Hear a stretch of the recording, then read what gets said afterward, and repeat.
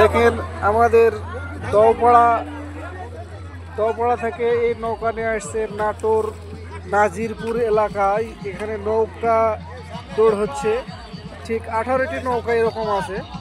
আমি একটা ভিডিও করলাম আমাদের এলাকার এটা, আর বাদ বাকিটা হয়তো ভিডিও করতে পারতেছি না, কিন্তু পরে করব। আপনারা দেখেন সেই নৌকা, ঐতিহ্যবাহী নৌকা দৌড় আগে ছিল, কিন্তু এখন আর দেখি না ইদানিং। কিন্তু এখন আজকে আমার একটা মাইক্রো ড্রাইভার হঠাৎ করে একটা নৌকা বাইচ দেখার জন্য একটা ভাড়া ঠিক হলো, আর আসা দেখি এখানে সেই নৌকা দৌড় নাটোর নাজিরপুর গুরদাসপুর থানা এই নদীতে নৌকা দৌড় হচ্ছে। দেখেন ওই পাশে আর একটা নৌকা সাজিয়ে রেডি হচ্ছে।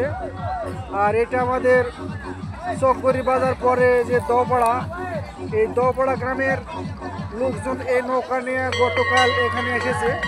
এখানে বেল বাজাচ্ছে, মানে এরা একটা প্রস্তুতি দিবে, প্রস্তুতির পরে এরা একটু দৌড় দিয়ে দেখবে আসলে কে কীরকম পারে। আর যদি এর মধ্যে ডুপ্লিকেট থাকে বা দুর্বল থাকে, তাহলে তাকে ট্রান্সফার করে নতুন করে আরেকজন সেট করবে।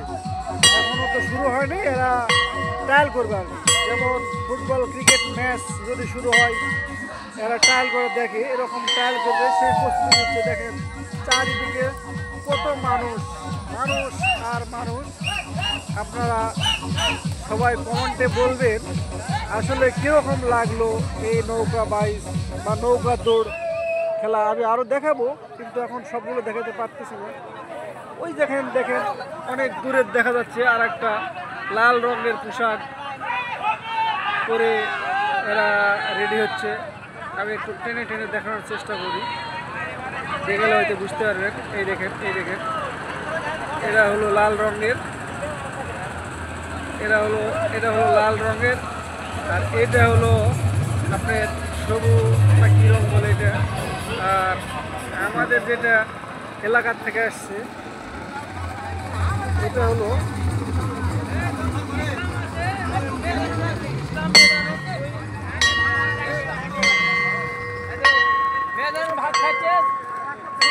দেখেন এই কালার।